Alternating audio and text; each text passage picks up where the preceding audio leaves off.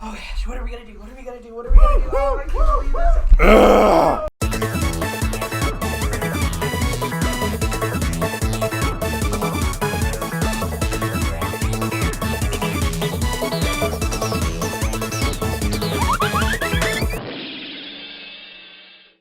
Hello, everybody, and welcome to Dimlits, where we are not the brightest bulbs in the box. And today we are discussing the newest movie from Pixar Animation Studios, a sequel to a very big hit, which also at the time of recording this is becoming another smash hit for the studio, Inside Out 2. Electric Boogaloo. Okay, Dickie has returned. Anyway, keep the spirit alive somewhere. We have a special guest back with us today, Aleta. Hello. Yes, Aleta is a huge fan of the first movie, which you'll get into, and for perspective reasons also, we wanted her thoughts on both movies, mostly this one, of course. And it's been a while since we've been on this show, about a year, and Inside Out 2, and we have mixed reactions from the panel here, which some of us like it and some of us don't. You'll figure that out pretty quickly if you can't already hear it in my voice. And then some of us just don't care. Yeah. But yes, to start off, we unfortunately didn't ask Aleta here for the first Inside Out. I completely forgot of how personal it is to her, so I'm going to let her have the mic and share her thoughts on the first movie and why it means so much to her. Go ahead, Aleta. Well, so Inside Out is about a preteen moving from the Midwest to a completely different state. And just from that premise alone, that applies very well to my life. I moved from Michigan to upstate New York when I was about 12 years old. So there's a lot in the first movie that is very relatable, both from struggling to make friends, worried about my friends at home moving on, and worried about being lonely and not wanting to feel sad and trying to avoid all those deeper emotions. Having a lot of memories that were once happy become very sad because of those memories that were in this other state, and worrying about expressing those emotions to my parents too. It was a tough time in my life for sure. So for all of those reasons, the first one is a very deeply personal one to me, and one that helps express a lot of the things that I didn't even realize I was feeling at the time. And so, yeah, that was... Did you move, 2005 then? Because you said it was summer of 2005 that I moved. Because you would have turned 13 at the end of the year. Yes, because I was going into 7th grade. That was almost 20 years ago. Yeah. Was that weird? Yeah, it's 19 years ago at this point. It's weird. Yeah, because I was thinking, because you said 12, I'm doing the math. We're about 20 years after that. Yeah. For context, me and Aleta have known each other basically our whole lives, and I remember when they moved. Friends, so. Yeah. So I remember that time, and you came back in 2016 or 17? At the very end of 2015. 15. Yeah, okay. Well, I was it was December of 2015. So okay, so that's because I was here for your sister's wedding. I was gonna say that it was a week. You moved back a week before, wasn't it? Yeah, because I came back from Guatemala back then. That's right. Because if you watched our Coco episode, we talked about that too. So everything's connected. Yes, absolutely. Yeah, I remember that time. So, and because I moved once technically, and it was across town. Yeah, it was across town. So I don't have that kind of connection to that first movie like that. Yeah, you've known the same people throughout your whole life. So yeah. Yeah. So that's one reason. I was also never a preteen girl. Yeah. Are you sure? Yeah, and we've talked about this when you were on a Turning Red episode, just kind of this combination of things, and and so, but I think we all connect to the feeling of memories becoming more bittersweet, and the first one having the whole thing of it's okay to let multiple emotions affect these memories. I think I don't think you have to. I think if you are or have been a preteen girl at some point, it accentuates the movie, but I don't think it's necessary to connect to it because the emotions are personified. Yes, I think there's a lot of things that a lot of people can relate to. even though maybe not everybody can relate to them, this is a very personal story, And that first movie has just some of the best Pixar music. Yep. A beautiful Michael music. Giacchino. One of the very- Michael Giacchino always knocks it out of the park, though. It's one of the very few scores that I actually bought on iTunes when iTunes was kind of still a thing. Incredibles is probably my favorite of the Pixar scores, but this was up there too. Giacchino do that one. Yes. Yep. Yes, I he was did. going to say. Yep. And he also did my favorite Pixar score, which is Ratatouille. Oh, go figure. He also did Up. I think he. Yeah, he won for Up. Yeah. Yeah, He always that's- knocks it out of the park, man. It's a real shame that Inside Out 2 lies to us then. I don't think it lies to us. It just says the original score was It's written by Michael Giacchino. the themes are his, but they had someone else doing the music, and he was sitting in the I theater felt next to me. so lied to. Yeah, he felt betrayed, and it's like the man's like one of the most in demand composers in Hollywood. Plus, he's starting to direct things. Like he's probably whole just thing. busy. What I say to you, it's probably he walked in a couple times and sat with a coffee and said, "How's it going?" They played him 30 seconds. He takes a sip, cool, and then leaves. That's why he got like a consultant credit or something. And that's no slight at him. It was just like that's probably what it was. Is he's too busy, so he pops in every once in a while. He's funny with the. All right, I don't want to step on what you're talking about with the first one. Are you through what you were going to say about that? I think I only brought up the relatable and personal thing because I was thinking about Pixar's stance on movies going forward. Yeah, we'll get to that. But yes, go ahead. What I was going to say. Oh. I forgot what I was going to say. Shoot. The train has left the station. Yes. The train of thought has left the station. It's gone to the, what do they call it? The back of my mind. The chasm, The sarcasm. the sarcasm. No, but like I was thinking the first one because that's the one I watched last night. The one with Bing Bong in it. The one with Bing Bong. who Funniest went death the way ever. of Oh my gosh. the Thanos snap. Take Riley to the moon for me.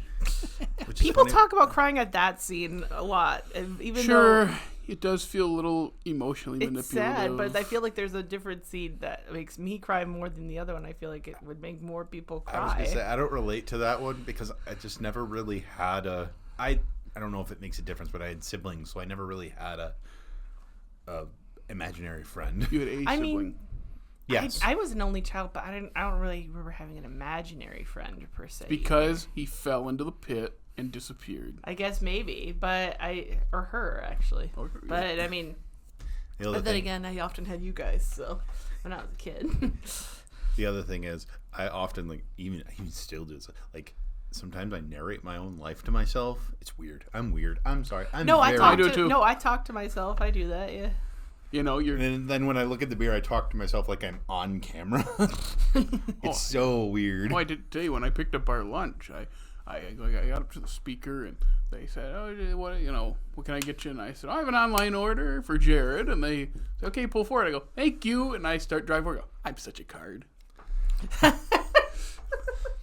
You do wave to the mirror, Jared. Yeah, Like you don't see him every day. I do. We have quite the bull sessions. The what? The bull sessions, headbutts. Oh, is that what that's called? Because I hate him and he hates me. But I also love him, and I hope he loves me. It's a toxic, codependent relationship. Sounds like these are things you might need to work on. Sounds like someone needs therapy. Inside Out 2. So now we get to a sequel that is 9 years after the first one. That one was announced. Me and him were less than enthusiastic That's about what it. I was gonna say. What were you gonna say? It's weird for this movie because if you're looking at the production list and the cast, there's like nearly no one. I was surprised. I remember seeing cast and I'm like, oh wait, they didn't get There's only like 3 of the people that are returning, for right? Disgust. I know they have Amy Poehler returning as Joy. Mindy Kaling. Mindy, they and didn't get Bill Mindy Hader Kaling. did not return as Fear and Disgust. Okay. Yeah, I was gonna say Mindy Kaling. I wonder if it's because like she's busy because she's doing a lot of other stuff now, or if it's because her show busy with flopped so Velma. bad that they didn't want her The associated. parents with were it. the same. Diane Lane and Kyle MacLachlan.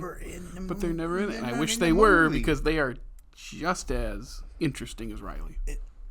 In the first movie, we don't get much from them. And I wish we did. An interesting thing where it's like, with the first movie, where when you go into the other people's minds, if they're adults, they have a primary emotion, and the primary emotion is different than Riley's. Mm-hmm. Yep. I just what was Mom's? Because Mom's is sadness, Dad's is anger. Okay. Yes. But and then there's a couple other, I think, in the credits they go into other adults or the dog or something. Oh yeah, that's right. Well, because there was the teenage boy, but that was just because that was from the first one. Yeah. Again. But yeah. And that's coming back to the second one now. Something that they needed to do more is go into other people's minds, because the whole like reading the face thing was good. Mm-hmm. And I was like, more of this, more interaction between her and other people, please. But that's like the only scene, other than I think the parents we see once. But I think they might have done it once with the red-haired girl. I don't remember her name. Oh yeah, no, I didn't know what you're talking about. I just watched it last week. I don't think they did it with her, but I think for me, the reason they probably didn't do that is they wanted. It felt like it was like a more isolating thing, because Riley was getting way too inside of her own head that she wasn't able to see other people's perspectives. That's kind of what anxiety does. It kind of makes you kind of like curl in onto yourself, so you're not able to see other people's perspectives. Which then do more of it early, and then all of a sudden there's none. Because then I think there's a big shift. Like, even if you don't even realize it, it's like after the fact, we stopped doing that. Because before it's one or two scenes. If you do it a little more and then all of a sudden take it away, you feel the isolation without even thinking about it. Because at the end of the day, we can say it is a kid's movie that they're trying to appeal to everyone. We'll get to that later. And I think if you do that, I think the kids can get a sense of something's wrong. They don't know what, because they're not emotionally mature enough, but they'll feel something. I think that could have been a pretty easy fix, because we don't even get that much of her friends either. Because the point is the separation, but they establish the connection in like the Joy narration at the beginning, and then you have like one or two moments that are like, okay, preteen girls that are close friends, yes, and then that's kind of it. And then when they reconcile, I wanted that to feel more, because I was like, when the scene was happening, I was like, you're going to bring it up. I like what we have. I don't like how we got here, and we'll get into that in a bit. I think that it's one of those things where it's trying to juggle too much. Way too much. So you don't feel the external relationship as much unless you've gone through something like that. Maybe it's because I've gone through something like it, so I was able to connect with it more. I think where you and I struggle with this movie, other than it being about a preteen, I guess not preteen at this point, a teen girl, or whatever it is. Right. I think where you and I struggle is we feel it's like structured the same, and the best parts of it are when the emotions are interacting. So I think more than that, where are the best parts of both movies? In the control center. Yep, for sure. And where do they spend the majority of both movies? Yeah, the journey. Yep. But I think that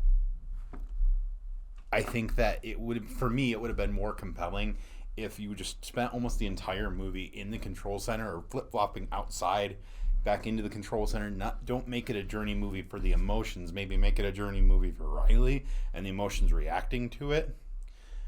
And then you have that struggle of which one is going to become the primary emotion. Because they kind of echo that a little bit when they say, well, maybe she doesn't need Joy as much anymore. Or she's calling to Joy, but she never really does that. They never really say that before that. And the whole thing it just kind of happens. Fair. And the thing about fear saying, like, anxiety kind of is a point. And when they did that, I was like, are they going to lean into this where maybe Joy doesn't have this control anymore? We should get to that in a second. And I remember thinking, focus on that. Not us having to get somewhere before this happens in time, because we already did that. Yeah. Or I think, I guess you could have made a journey movie for them. So one of my favorite scenes from the movie or sequences is that whole thing where Joy and the other emotions go into like the office space where anxiety is watching them, and you The animated watch desks. that struggle between the two of them, and Joy comes out on top. Like, if they get kicked out of headquarters and go to 3 spots like that or 4 spots like that, and like that is the points of the journey that you go to, I think that's a little bit different than what happened. Well, remember, we were talking about too, and you can fix, because their whole thing is, if they're just sitting in the control room, it might bore the kids. But I said you can still do world building if you stay in the headquarters tower, because was it you that brought up the elevator? It's like that elevator goes all the way down. What does the rest of that tower look like? Because they showed like where they sleep, which we didn't see last movie. And I remember thinking, I like that. We're still in headquarters. We're world building, but it's within this. What does the rest of this look like? And you could have done that where maybe they get kicked out of headquarters, but they're still in the tower and they're not allowed up there. And that's when you have the emotions clashing with each other, and you can then interact more with the real world, because in the movie we're just kind of jumping back and forth between something we don't care about and then the hockey storyline, which is what we're supposed to care about. It's too much that it's trying to juggle. That's fair. I also think that it would have been interesting to see more of how decisions the emotions are making affect the world in some capacity, because they don't really do that other than the sarcasm. Which it's a dumb joke. It's dumb. It's fine because it's funny. a dumb joke in a kid's movie, but at the same time, it's like, so every time she's sarcastic, a chasm forms, she's gonna have an aneurysm at like 14. Don't we all? Yeah, like that's I was thinking, like, this movie, just like the first movie does it better, but this is literally just, we're going on this journey to make sure the kids aren't bored and to make funny puns on things. That's all it is. Yeah, not that they're super lazy puns, but it's like, this is just us rattling off these puns. We're not trying to be super down about this movie, but like, because I know anyways, that a lot of people connect to it. Like, one of the people we saw it with was like crying. A lot of people I did cry like, at a point like, in this movie too. Like that whole ending of who I am is the bad pieces of me and the good pieces. Like, I cry at that type of movie resolution all the time. It happened in Wreck-It Ralph. Every time he grips that stupid cookie, I'm like, I'm bad, and that's okay. And that's me. But it's just like, the structure of getting there is frustrating. I remember watching it and seeing her have the whole thing where she shoots the memories that she handpicked back to the back of the mine. I was like, oh, so we're doing the same thing, huh? Same thing. It's another movie where the arc is with Joy. Why? We already did. She was a control freak in the first movie, tried to handle everything, realized, oh, the other emotions need to mix. These can't just be one solid emotion each, and it can't always be happy. She already had growth, which emotions can have growth as a whole nother conversation of maybe we're thinking about this too hard. Can the emotions feel other emotions? No, because emotions do have growth. Emotions are different. Okay. Emotions They're the get same. more complicated. Yeah. It's the more of the emotions having other They emotions. mature and they change. Branch out and So when it gets to, when she's launching, I'm like, are we just doing this again? Are we literally doing a Joy as a control freak again and just having to learn the same lesson? Because that's not interesting, because we have all these new characters and something new happening in reality. Okay, I'm sorry, it's so frustrating. It's like, before you get too far. I didn't want you to get too far down this rabbit hole, but it was just when she was launching all the stuff, saying like, see, we don't need all these, we'll just get rid of these, I made it myself. I'm like, we're doing this again. We're just doing the same thing. It's just Joy having another arc, which then they also, because Anxiety has a mini arc too, and I'm like, I feel like this is supposed to be an arc with Anxiety. Arc is better. And they don't do enough with it, because it should be, Joy doesn't have that arc because Joy's already established, but Anxiety won't listen and shuts and freezes them out. That's fine. But again, the second they got put in that jar and went out the window, I go, we're doing this, aren't we? We're doing this. We should let Aleta talk, because Sorry. she probably has a better spin on this movie than we do. it's okay. No, I appreciate hearing your guys' perspective on this, because obviously I have a very close connection to this movie, so it's good to hear why. Because obviously I recognize this movie isn't perfect either. Like, I recognize that there's flaws in this movie, and I think honestly the things you've brought up are completely valid. Like, yeah, it's a lot of it's just kind of repeating the same first things of the movie. Yeah, in a sense, it's like Joy kind of fighting against another emotion, and I think for me, this movie, I guess, wasn't maybe as relatable to me as the first one was, but there was still a lot there. Like, I didn't make friends for a long time, I feel like, when I moved. I feel like Riley just kind of made friends really quickly. So for me, like, the less relatable part was not that we didn't see them, but it was that she made them so quickly, it felt like. But I will say, one of the jokes I kind of did appreciate was the Michigan-Minnesota mix-up, because that happened to me in the opposite direction way too many times. Did they call you Minnesota? They didn't call me Minnesota or Michigan, but they would like think I was from Minnesota. Oh, you're from Minnesota, right? Michigan. That's the same thing, isn't it? Is that what they'd say to you? Something like that. It's been a while, but but yeah, that was probably one of the funnier parts. I think the isolation fact of it, and the fact that anxiety kind of shows up in the time when she finds out that her friends are not going to be at the same school next year, I think is extremely relatable to me. And as somebody who deals with anxiety still, and at the time didn't realize that I had anxiety, I think it kind of gave me a fresh perspective on what I went through when I was that age. And even though I wasn't super into hockey, I played hockey, but it was field hockey. But there was things that I was definitely passionate about, and I definitely had anxiety about, and I wanted to try to impress like the teachers or the leaders in my life in those areas. And honestly, yeah, probably the biggest anxiety / fear for me was that fear of loneliness. So that kind of really hit deep for me, because just like in the first one, when she walks out with her lunch tray and doesn't know where to sit, so she sits on a bench in the corner. There's a reason sometimes when I'm going to a function and I don't know anyone there, I always hate that feeling of like getting to a meal and just like not knowing where to sit, because it's those feelings all over again. So at the end, when they resolve it and they and the friends like reunite with each other, it was a very cathartic moment for me, because I think in essence that is what I always wanted as a teenager. I just wanted that feeling of being seen and just being loved for who I am. And so even though Riley makes some less than great choices, again, she's a teenage girl. She's dealing with anxiety and being afraid of everything. Always seems bigger when you're that age, because that's your whole world, right? Your whole world is very small. I think in many ways I appreciated the fact that they let her make those dumb mistakes, because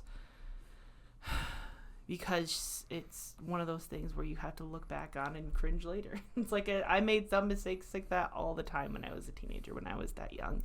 And I would never make those kinds of mistakes again. But I think that's how I learned. Yeah, you had to make them to learn. Mm-hmm. Yeah. So the hockey storyline is the bulk of the movie in the real world, and it's a really good. Like when they were setting up, like, okay, this is really good. I was a little sad we wouldn't see her parents, but recognized, okay, we've done this throughout movies forever. Like it's a couple-day getaway where we have a goal in mind, get a hockey goal, and it's a whole, I need to achieve this goal, and all the pressures of that, and hanging out with the older, cooler people that accept you. And I'm glad there was no like they're laughing at her type thing that so many movies do. I appreciated that. Yeah. They felt more like real teenagers. The moment in the locker room where they're goofing off with their phone and they get yelled at, oh, that bugged me in the right way, where it was like, yep, been there. Yep, oh boy. Oh man, I was the cringe of that moment. Oof. Where she because she's nice to them the day before, but now it's time to work, and she goes, ladies, and I go, and they kind of snap out of it, and I go, yep, felt that before. Mm-hmm. Yeah, because like again, at the beginning of the movie, I'm like, yeah, I am feeling parts of this, like the teenage cringe is there, and I remember it, and they're doing it effectively. As a person not engaged in sports at all, I think this is part of the reason why I don't engage with this movie now. I mean, because I didn't get that from that. But yeah, because like I said, I did sports, but they weren't like my passion. So I'm not on the same level as Riley, where like this is something I really want. It's more like, well, I understand it because I did it, but it wasn't. I don't understand the desire to want to do it. Yeah, because having the story be she really wants to be on this team, and her idol is like taking her under her wing. It's like, yeah, this makes perfect sense why she'd push hard for it. And kind of abandoning her friends in that moment at the beginning where I was like, yeah, that's relatable. It's like, well, what about them? But I kind of have to choose, and they choose to go. And it feels like there's a lot of pressure, even though there isn't as much pressure. There's no pressure on that section. The pressure making the team is there, but she's going way too hard. Yeah, like obviously there could have been better communication, but again, she's a 13-year-old girl. She's just trying to figure things out. Yeah. She's processing a lot of things. And we've all been there, like, but shouldn't I tell them? But I don't know. I don't want this person to lose this person. You know, I mean, it's when all you have to do is just tell your friends, like, hey, I'm going with her. Yes. And even if they're upset, and if you are kind of abandoning them, at least you told them, because before that, she kind of just abandons them, which is a relatable thing. Mm-hmm. Not making great choices because flawed character. Mm-hmm. And Riley's actually a character in this movie, because that first movie, I think we talked about where she kind of feels like a robot. It's like, okay, the emotions do everything. The emotions are her. But then this one's like, no, she is her own being. They just kind of fuel decisions and make certain ones. I was like, okay, that's an improvement, I think, when we were talking off camera about the improvements. Riley felt more like a character. Yes, I definitely agree with that. She definitely, she feels like her own person, and like she obviously feels like she's making the decisions rather than the emotions making the decisions for her. And at least in some cases. Yeah, and I like how when this new environment and things changing, and they hit the button and she goes overboard, they're like, I barely touched it. Yeah, that's good. Yes.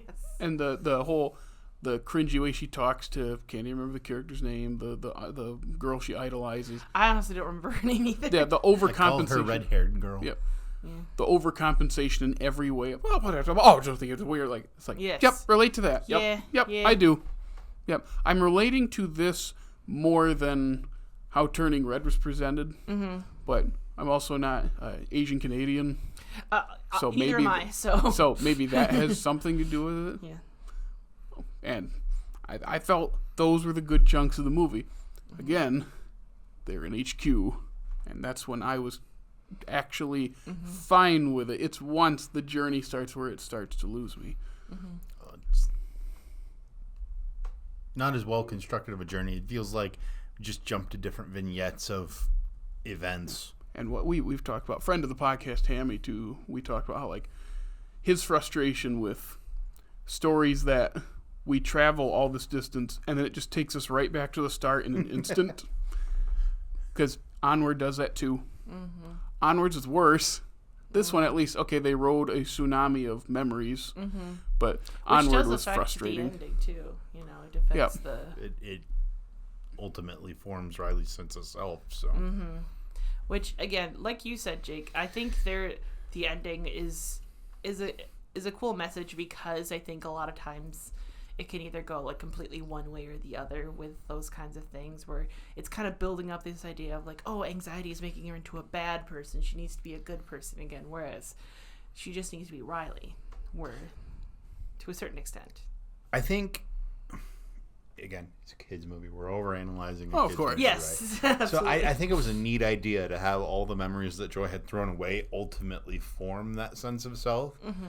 But then I think that I start to overthink it, and I start to analyze, this happened to her in about 3 days. I don't think I knew who I was until I was like 23. Right. Some of us are 30 and don't know who they are. Well, there you go. Some of us Maybe you just need your emotions to just push all the memories from the back into the pool in your... from one place and push them somewhere else. Just little green men pushing them out. The other thing, though, about overanalyzing a kids movie, which I think we've brought up in this series, Pixar has made it their identity to say we are a step up for kids movies, where we make it accessible for everyone, and we're one step smarter than the other animation studios. They've literally said stuff similar to that. So when we are overanalyzing, it's like at the same time, this is kind of their energy. This is a step ahead of some of the recent DreamWorks offerings. It's not, Jake. That's just how they want to be seen. We're fine. Just like they're the ones. A couple of the other ones, I would say that it is. Like Elemental, that's a great story. Oh, I think Elemental's much better than this. Yeah, it's a love story. I feel like getting back to a love story felt like very Disney of them, and I kind of respect that, because it's been a while since we've had just a true genuine romantic movie from a Disney studio. And yet both movies have very weird pseudo-sexual scenes. The pruning scene in Elemental and Pouchy getting Anger's hand in there. That was... I didn't see it that way, but now I didn't. I think you need to see a therapist, man. It was like, and they just keep going. I was like, it was weird, but I didn't think of it why that are we? way. Why is I it did taking not this see long? it that way until you just said. It sounds like you're the one who. I feel like it was more of the letterbox. You were saying are you Pouchy okay? enjoyed that. Are you okay? Are you okay? No, of course he's not. Okay. No, I had to sit through this with you. I don't know what's worse. I'm kidding. I think the I Mufasa like you, trailer was worse. We don't need to talk about the trailers we saw. We saw a lot of bad trailers before. We don't need to talk about any of those. Are we going We to can't talk wait. about Are you the, sure you the don't- Pixar statement? Yeah, I was gonna say. So you brought up how Elemental was refreshing for the love story. But if you just take it a step back, Elemental was just refreshing, and so many people last year went onto YouTube and trashed it, saying, "What happened to Pixar?" Because everyone, like most movies, puts all the weight on the opening weekend. When Elemental ended up making money, made like $500 million worldwide. It was successful. Didn't it get nominated? It did get nominated. Yeah. It was it's the Disney Pixar The machine. most interestingly animated movie that they've done in how long? I don't even know. It's been a second, yeah. It's different. It's different. It's inclusive. It's beautiful. And yet, it is not what they are pushing for now. No. If anyone, it's been all over the internet. Pete Docter was talking about how the direction of the studio going forward is going to focus less on autobiographical stories, which are inclusive, and into more universal messages, mostly sequels. And what do they start off with for a universal message? Story about a white girl. I didn't think about it that way. That's not even my thought. that's That is not my funny. thought. But when I thought about that, after I was told, I go, "Oh my gosh!" We need a this- mic this- for you to drop. It's again not my thought. It was said to me, and I thought about it. I go, "That's even if that's not intentional, that is a poor lining up of But things." it's still too. I don't know. I can't speak going forward. It still felt like a somewhat personal story, though. Oh, yeah, Like, it's still there's still a a personal story, but I'm afraid of what's going to happen going forward if we're going to get more things like Yep. Lightyear. Well, we What have is a, yeah. Elemental 2 gonna look like? Oh, that's not getting made. They're gonna do another Incredibles probably, and another like Finding Toy Nemo Story. probably. There is another Toy Story on the way, I have confidence that will be good, though. but then it might do what the fourth one did, undo the ending of the first movie, for the movie before it. Sorry, the Yeah, preceding because movie. I love the ending. I really like Toy Story 3. It's probably one of my favorites of the Toy Story franchise. But then Toy Story 4 kind of... Made it kind of pointless. Not that it was bad, but yeah, it kind of... Because what are the good parts of Toy Story 3? Yeah, like... The end. The end, and I like the romance between Buzz and Jesse. That was cute. I liked that. I think I liked the story of the heist is always fun, of just like them working together to get out, you know. But it's all kind of just like a thing to get to the fourth movie now. I think there was just lots of moments in it I just liked. So, but yeah, again, it's just... That fourth movie does almost make me cry. It's a good... I'm not saying it's a bad movie. I'm just saying I just wish they'd done... I get it, but at the same time... I was actually... after seeing that fourth movie, I was like, no, I'm okay with this existing now after seeing I wish but they I don't need another I one. didn't feel... The goodbyes at the end didn't feel as satisfying. Also, Buzz's character in that movie was just kind of... Yeah, that's a bit rough. He's an idiot all of a sudden. Yeah. I think we've talked about this before, but I think that the thing with the third one is it felt like the completion of so many people's childhoods. Yep. Oh, I for was. Toy Yep. Story 3, and so That was me as well. Yep. the Probably the you as well. goodbye, while better written and such, it didn't capture that because it didn't feel like the end of your childhood. It didn't actually feel like growing up. And now with the rumors of what the fifth one's going to be about, it's like, wow, even less meaning in the end of 3. So, what is the fifth The one? rumor Yeah. I've heard is it's adult Andy seeking out his toys. For Pete's sake. to get them back to you. It's This like, man is way too obsessed. yes.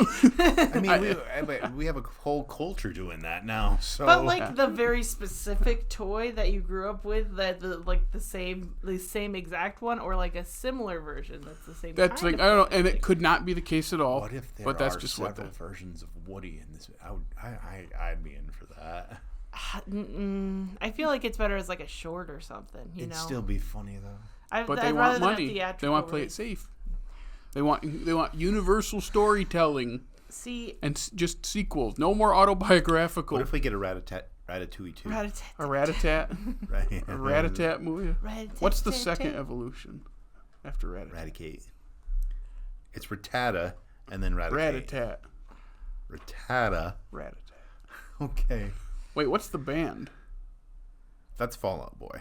No, there's like a Rat-a-tat band something. I gotta look. No, Mouse Fall Out Boy Rat? wrote a song called Rat-a-tat. Mouse rat. Dead Mouse. It is Rat-a-tat. It is the band. It's an electronic duo. You learn something every day. Not really. I just learned, kind of. Or actually, well, the point being, The point is, the direction of Pixar makes me very sad because the last couple years. Does it make you question the rest of their catalog? No, it's more of I really like some of their movies, and they're not going to be making movies I like anymore. What if they do a Ratatouille 2? I like saying Ratatouille. It'd be Ratatouille 1 and 2. Thank you. Ratatouille. And I don't know what they do. I'd watch it because we have to watch it for this podcast, but Remy gets caught in a mousetrap. and survives because Yeah. you need a rat trap to kill a rat. Yeah. Yeah, but I mean, a couple of the characters are dead now, but not that you need to reuse them because Peter O'Toole and Ian Holm have died. So your villain turned non-villain is gone, Ego, and then the actual villain is Skinner, and he's gone now. So, but not that you need to reuse them. But I don't want it to exist in the first place. But yeah. But it's just a shame. I was gonna say, like, that's one that could work because of how it's structured. Yeah, but how would Problem you do is, that? so many How would you people do have that already. move? Sorry, I was just gonna say, so many people already have a certain canon in their head of like a certain relationship they would want to see happen, but based on how Disney has treated those kinds of relationships, I don't think that's gonna happen. See, the sequel to Luca would be Him in school. Him at school. Mm-hmm. Just not that we need that either, but like Luca's great, as we've said, and What's his face would have to show up in it somehow, though. yep. But looking at like the more personal approach to these movies, like Luca and Turning Red and Elemental, are those three recent examples of like, and you can throw Soul in there too, as much as we're mixed on Coco it here. too. The little kid dies. Oh my gosh, What else do you do? we don't need to get into that again. Either that, or it's his, like, it's after he's grown up and he has his own family and he explains, or something about, they find out something about the family. I don't know. The point being, I am sad that they're not going forward with like Personal original stuff. stuff. Now, next year, so far right now, Elio is next year. That does not look good. And yeah, we're just looks iffy on what it is. fine. But it's not a sequel. After that, though, it's going to be sequel after sequel, it looks like, and that's just a shame. Yeah. Probably going to get another Cars.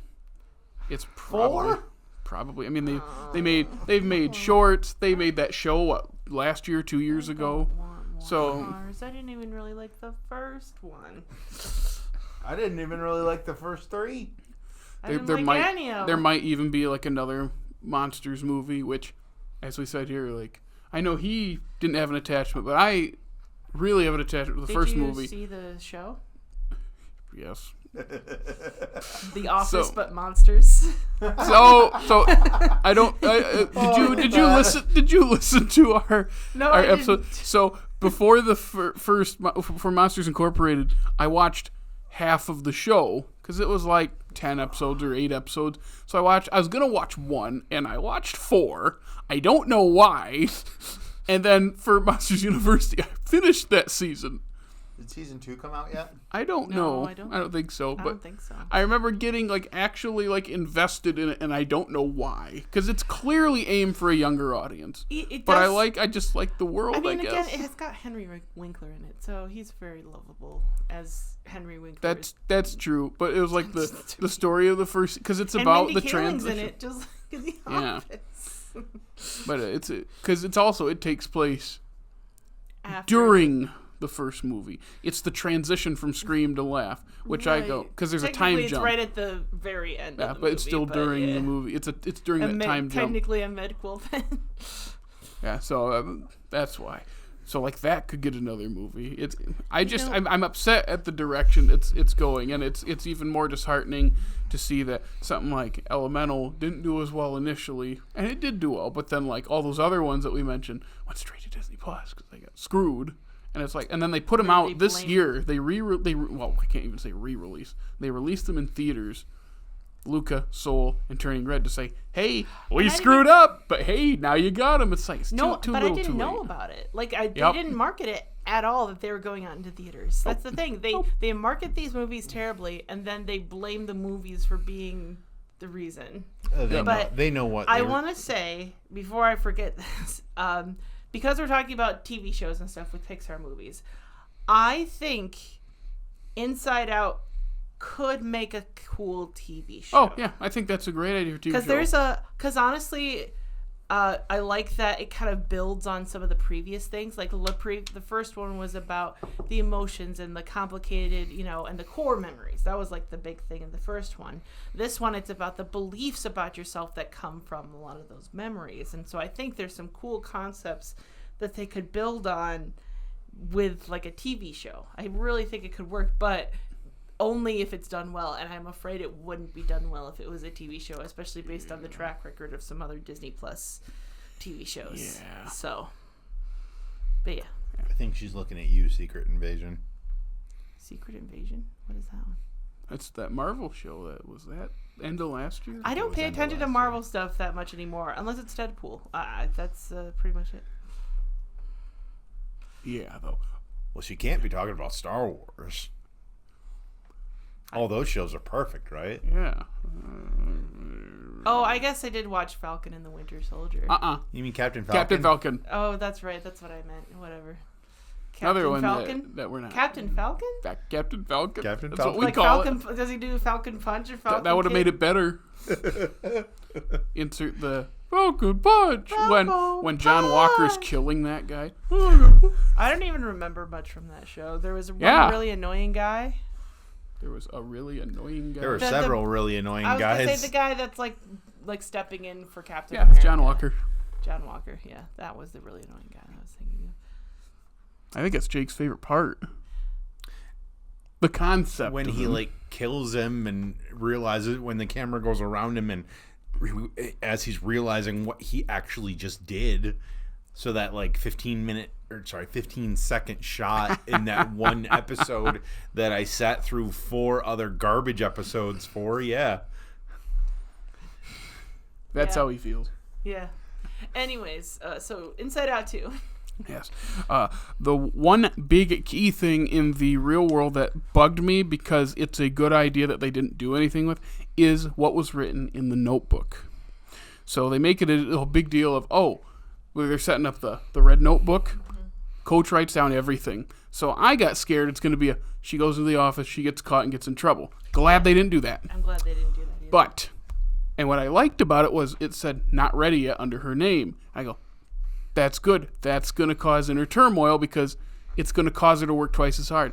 We don't do anything with that. We never figure out why the coach felt that way, because all it takes is one moment where the coach tells her, no, I don't think you're ready, or something, or maybe explains why. I think there needs to be more on that, because she just kind Why of would she explain why? She doesn't even know Riley got into the notebook.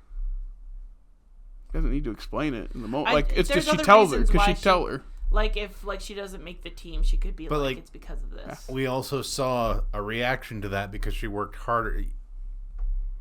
I disagree with the full reaction on that. Because she gets up super early, right? Yeah, she gets up super early and starts pushing harder and starts making mistakes because that has settled into her. and she just runs on anxiety pretty much the rest of the time because of that. I just think there's got to be more to it. It's more an explanation from the coach is what you're looking for. Yeah, I think she shouldn't have made the team. I think it should have been she has to be. I okay really with that. think that his view on sports is playing into heavy to this. I think so. I really. Do you? That's not a diss on you. I just think that's directing this. Yeah. I think it. Go ahead. It could be. So, what are your thoughts on the ending then? I mean, I feel like to me it seems like it's saying that she got into the team. I mean, obviously we don't know. I feel like it's a little bit like Soul, where they kind of leave it somewhat open ended. You just see her face. Yeah, I feel like it. But she smiled big. It's implying by her smile that she got on the team, but we don't know for sure. So, what are your thoughts on that? I think it should have been she didn't make it. Not because she's not good enough. I think it takes the coat down. I think. Yeah. That hit was legal too. I think that's a good point. That hit looked legal too. When she took out her friend, I go, yeah, I think that's legal. That was a brutal hit. The only thing I could think about was hockey. The only thing I could think about is that scene in the Hulk where the Hulk just smashes the dude back into the tree. Roth, yeah. Do you think they should have just made her look at her phone without showing any reaction, so you kind of have to guess whether or not she yeah, because I think they show her smile like that, and I was like, okay. I feel like it could have cut earlier if they wanted to make it more, because it's like at that point you either go all the way or you don't show nothing. I think at that point it's kind of she only gets on the team because it makes it a happy ending. Yeah, I think the way they set it up, to me it was just kind of it doesn't really matter anymore because we've resolved what was driving her to act a fool. Yeah, that's true. How did we all like the guest appearance of the Dark? From Orion in the Dark. It was the Dark. Her deep dark secret was the Dark. Really? It wasn't supposed to be, but it looks exactly like. Yeah, we're him. saying the character design. Oh, Because the voice of Dark is also in the movie. He's embarrassment. Paul Walter Hauser, love you. You got shafted by this movie. Oh my gosh, I didn't even realize. He really did, didn't he? He has one line, and everyone goes, "Well, that's the point of the character." Then don't cast a well-known actor. Cast a voice actor, that's how they make their living. Yeah, because he whimpers through most of the movie. They also blew their lead into a third movie where the Deep Dark Secret could have been the villain in some capacity, but instead it's just that she wet the carpet or whatever it is. What? When was that revealed? She burned the rug. Burned the rug. Okay. When was that revealed? Post-credit scene. Oh shoot! I didn't see. You got to stay for those Disney releases now. They always put stuff back there. I will say, I felt bad because I was the only one left in the theater, and the people were already waiting to clean it up, and I didn't want to make them wait anymore. Yeah, which is fair. But yeah, it's basically. So what essentially, I was being anxious about staying for the post-credit scene because I didn't want to make people wait for me to get out of the theater. That's what. I will say one thing about the way that culture interacts with this that I don't like a lot from an artistic perspective. There was a lot about Riley being, was it bi or was it just gay? Because there was a gay moment when she's just idolizing a peer. Like it's more of because it's probably the moment when she's looking up oh my gosh, it's her, because she idolizes her, I guess. I don't like when people say, oh, Riley's gonna be gay, and then when she's not gay because the writers chose to write it that way, they say, oh, they're not Disney is not in support of the community or whatever. Mm-hmm. I don't know if that's the case or not. I would guess that it's not the case, but let the writers tell the story that they want. Yeah. I mean, and also it's just she's also 13, so it's a little weird that they're already thinking about that, about a 13-year-old girl. Yeah. I'm not gonna. It's the same thing with Luca. Like they say, oh, those two, it's why does it matter? Why can't they just be friends right now? When they're older or whatever, but just right let now, boys have these genuinely good friendships. Did you almost say let boys be boys? No, I thought you were gonna say but you no. Let them have. I was thinking of let's let this be an example of how not to have toxic masculinity. Essentially, I think the problem is that it's either boys either have to be super rough or be in love with somebody else to have physical touch without that, you know. Anyways. Oh, and every relationship in every movie now, it's Isn't he? they have to be in love with that person or similar people. It's like, why can't people just be friends? Like, Isn't he in friendship love? is... Isn't he in love with the little red for Luca? Isn't he in love with the little red haired girl, like the He's the not in fisherman's? love. No, they're friends. No, they're Okay. friends. They're It's all they're just kids friendship. being kids. Yeah, he likes that she's like knows stuff about the world. Like she went to school, so he like connects with her over that. It has been a long time since I watched that. Yeah, about a year. Yeah, I don't remember a whole lot of it. I love it, but I don't remember a whole lot of it. Anyway, yeah, I don't like how the internet specifically comes down on writers because they don't do the thing that the internet wants them to do. It's if you want to make that guess about a character, you have every right to do that as long as you're not gross about it. But if it doesn't turn out the way you want and you throw a fit, that's where it's like, okay, come on. Yeah. Come on. 100%. Like you can write fanfic about it if you want, but you can't like. I don't want to think about that. That's true. Yeah, never mind. Yeah, that's. Yeah, I don't even know what to say else about that. Yeah. Well, I mean, maybe I because it's shouldn't kind of have a said hard thing. Like, again, it's like the Spider-Verse thing. If that's where they want to take it, that's fine. If that's not, I can't complain about it. Yeah. What? There's a lot of people that say Spider-Gwen is a trans. Yeah. Oh. Because of the her color color palette. scheme Yeah. is the color scheme of the trans flag. Oh, okay. Interesting. And that's fine if it is. But if it's not where the I don't feel like the artist should be pressured into writing a story in that way just because of the pressure to write a story in that way. Because I think they've already done a great job with the way they have been writing it. To be Well, honest. and in my opinion, the honest truth is they have put a lot of energy into building up this relationship between Gwen and Miles. Yes. And the only thing that could subvert that is Spider Bite. That's right.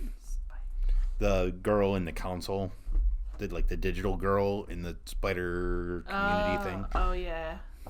Oh, but I feel like they've been building up the Gwen and Miles for a while. So yeah, I don't. That's what's interesting about the whole thing. Yeah. But that's a whole Yeah. Whole another other thing. podcast. Yeah. The new emotions in Inside Out 2 are good. I wish we did more with them because anxiety is really the only one that gets to do much. The other I ones also have kind a of get. question. Is ennui really an emotion? No. Is nostalgia really an emotion? No. I feel like nostalgia can be an emotion. I know that it can make you feel things, but I don't know It's it's almost like a lens. Yeah. It's like a But so lens is of- anxiety, though, isn't it? Like I don't No, know. because anxiety you physically feel in your body, though. That's true. Then again, I don't know. Nostalgia is kind of like sad. It's like the combination of sadness and happiness. It's kind of like the memories at the end of the first one. It's like, kind of viewing them through a different perspective now. I will say that I love the ending where it's like anxiety gets to this point where it's so hyperactive that it just becomes paralyzing. Yeah, no, that Because was that's a very- perfect way to illustrate that Another sort of example reaction. of a realistic panic attack. I thought that she was actually going to have a heart attack for a second. No, yeah. Because they really, really they lean into hammer that. in, yes. Again, I like what we have. I don't like how we got there. And where does that take place? In HQ. Because that's where all the best parts of both movies are. Because that's the bread and butter of what is now a franchise. So that's why that part I was like, yeah, this is effective. Mm-hmm. This is good. And then just the joy, I don't know, or whatever she says, I don't know what to do. It's like, yeah, this is good. If anxiety is the emotion with the arc and we didn't have a joy arc again, that's where the focus should be, is on anxiety. Yeah, again, Yeah. the movie should be about the emotions fighting each other, maybe not to establish dominance, but like to determine what the primary emotion is going to be, which I think would end up being joy because that's the one she calls to, but we're not really told or shown that at all. Or joy, I've said it before in this podcast, even Joy saying maybe there's just not room for me anymore. Like that's a thought that I've had. That was a very hard hitting line when she's like, when they said that, like, joy, like people just don't feel joy as much anymore. I was like, oof, very real. But then she, I hate saying calls to her because I don't really know what that really was. That's probably the best way to Dandruff. describe. What? Dandruff. All of her skin flakes That's coming worse. out. That's worse. That's wait. worse. Hold, That's but worse. you want to hear my Here it is. stupidest? You want to hear my stupidest criticism? He hates this. So It's the okay, only thing he brings up. it's because it's dumb. Yeah, not that the thing in the movie's dumb. Him bringing it up is dumb. It's wonderfully stupid. It's a bit. Okay. So you know how in the first movie they kind of like they were textured like stuffed animals almost. They do a lot more close-ups in this, right? So their bodies are collections of those little light orbs, and it makes their skin crawl. And every time there was a close-up of like joy or anger or something like that, I was like, why is their skin moving? And then I think in the theater when Joey, she's calling for me, we see the little flakes of skin. I go, ew. Wow, that was interesting. It's like, here I am. If we're talking to someone, I'm mentioning He's A mentioning B this, C like, D E this, F like, G. serious I don't- criticism and of then it, he's and just I like, was I don't like I the don't like skin. their skin.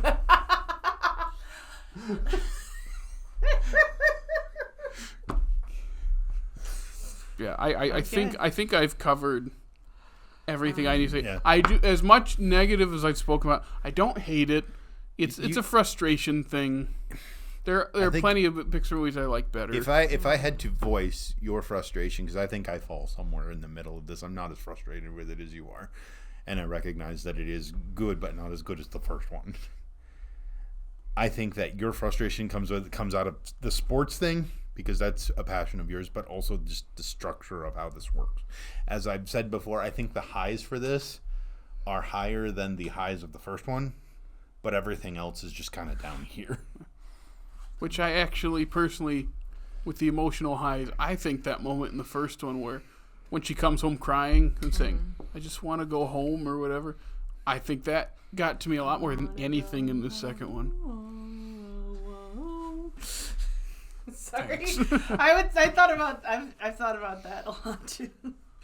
Anyways, Yeah, because that moment in the first movie when Oh, she's yeah, run no, away and then it's- comes back and yes, I yes. want to go home. I want to go back to. I want to go Minnesota. back to Michigan. I mean Minnesota. I don't know what you're talking about. I want to go back to Minnesota. I want back to my friends. I'm going.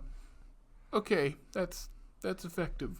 I didn't feel like that in this one as much because I think that is like I was thinking about that scene while talking. I was like, yeah, that is a really good scene from that first one.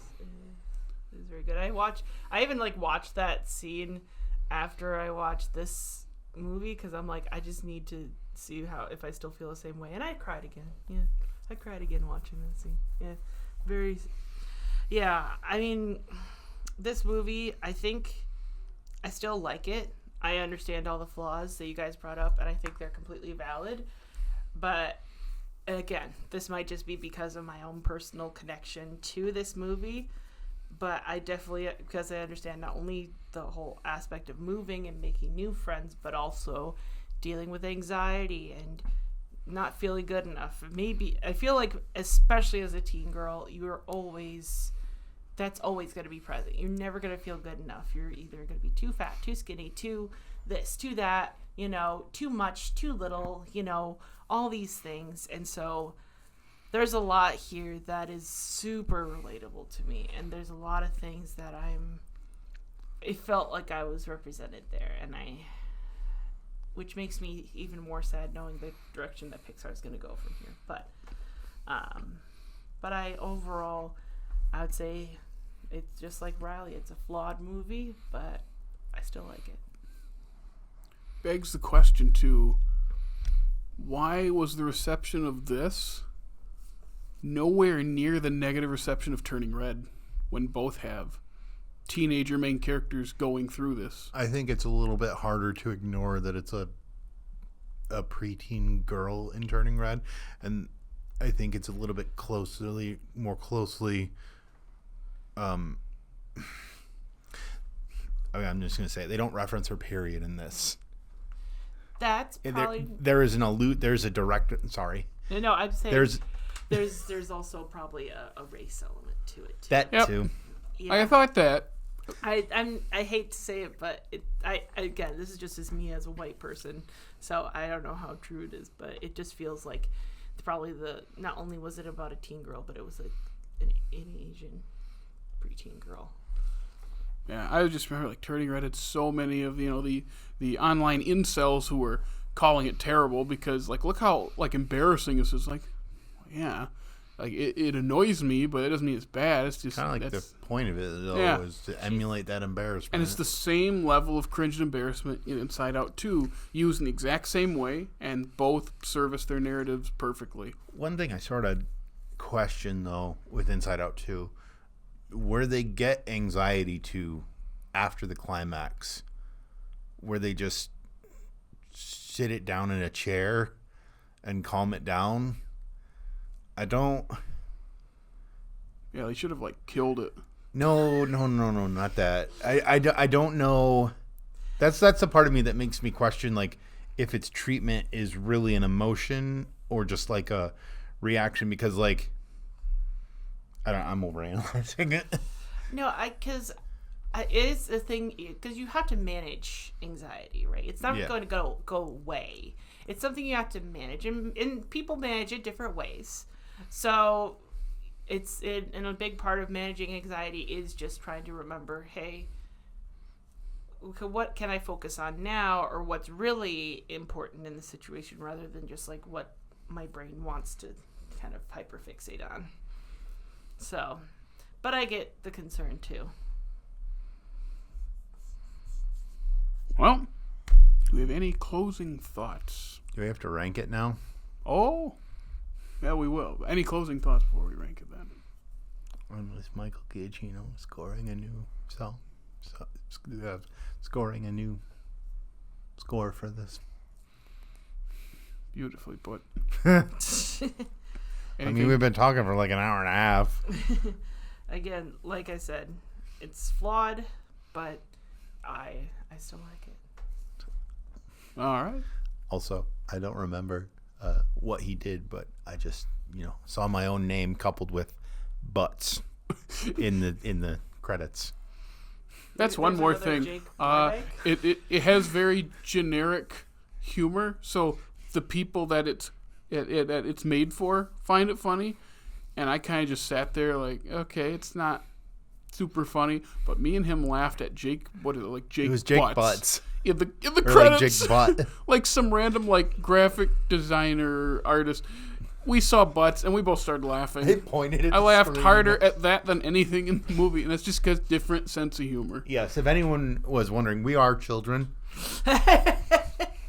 In that case, it was made for us. Yes. Yes. Just we're sitting there. I'm frustrated. I didn't really laugh, and then we both saw it at the same time. He pointed. I go, Butts. We just started laughing. Sometimes it's the little things, man.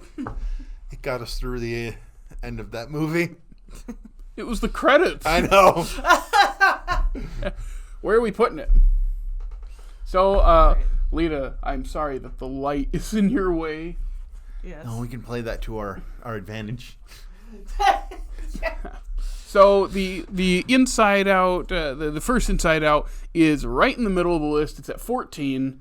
It's the trilogy, as we call it, right there, because Inside Out, Coco, and Soul are considered an unofficial trilogy, not by Pixar, just by like others, because they're all very similar.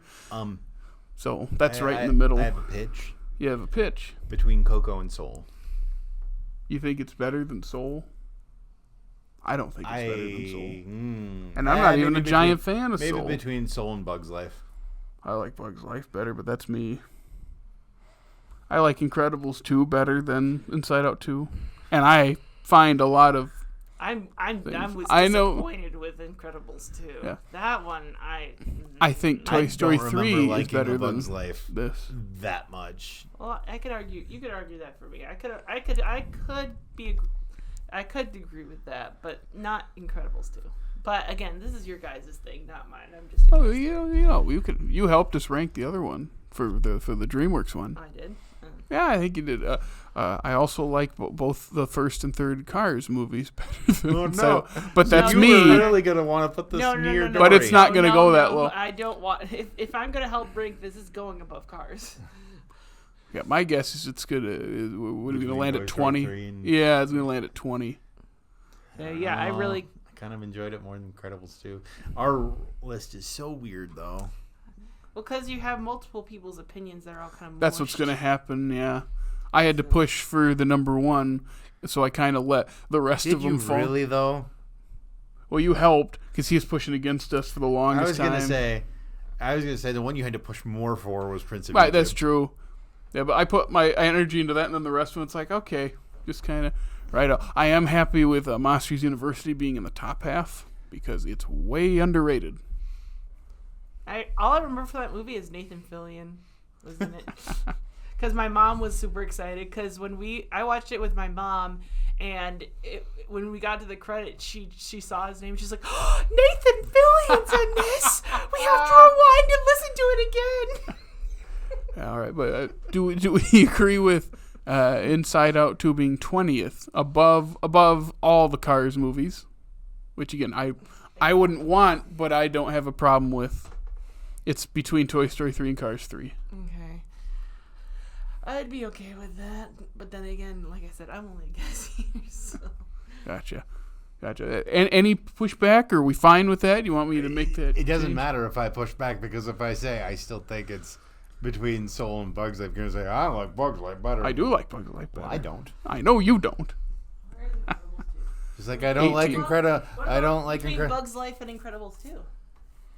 I think Toy Story 3 is better than Inside Out 2. That is false. Just as a filmmaking animated thing, it is categorically false. I hate that Toy Story 3 is below Incredibles 2. That's wrong to me. But I disagree with that as well. I think she's right. I think it's between A Bug's Life and Incredibles 2. Fine. Just to get out of this episode and stop talking about it. I've been talking about it all week and making myself mad. You're going to continue because everybody's seeing it and everybody's loving it. And you're the It's only 2015 all over again. You are the only one that hates it. Only ever. It's 2015 all over again. Did you see Inside Out? Isn't it so good? That's fine. What do you mean fine? It's fine. Yeah, but okay. So we're not putting it 20th. We're putting it 17th or 18th. 18th. So you got to go up there and erase everything now. Yep, I'll have to do that in a second. Yep. You're gonna put it on the spreadsheet. Oh, of course. Okay. I don't think he does anything in his life without a spreadsheet. That's true.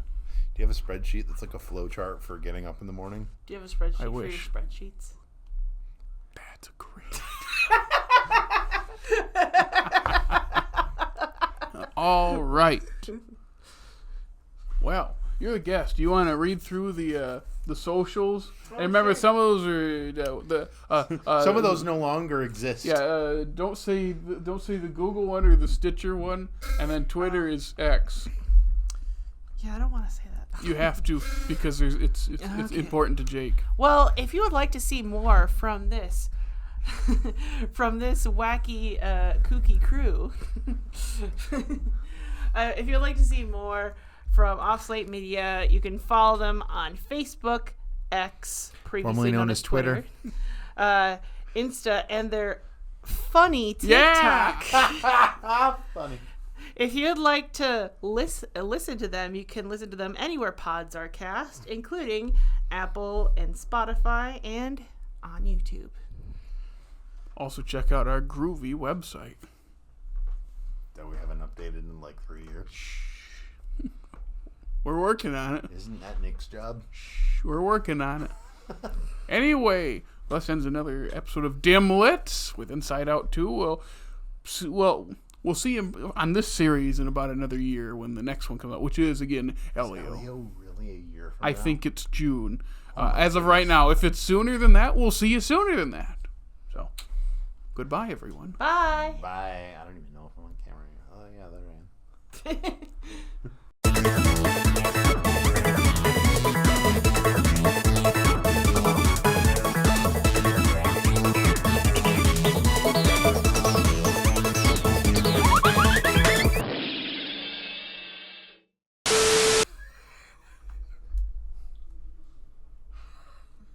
Look at it.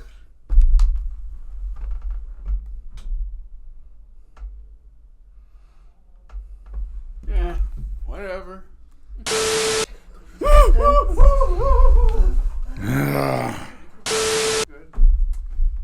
I should have taken my phone out.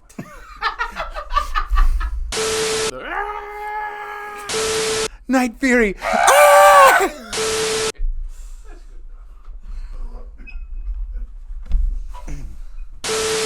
Oh. Is that light on? The light is on. It is on. Huh. Okay. Do we need to redo that? No, we don't. I just. Is there a way to test to make sure? Do I need to speak louder? You're not moving the needle that much. Okay. Try again. Here. Okay. Is this Check, better? check the input. Check the input. Oh. Seems to be scared. Okay. But the light is on. The light is on. Okay, from the other side of it did not look on. You may continue. Cut it there. Beautifully put. Thank you.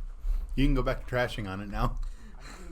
I was afraid he was getting to a point where he was getting a little bit too high energy and he was was like getting twitchy. nonstop.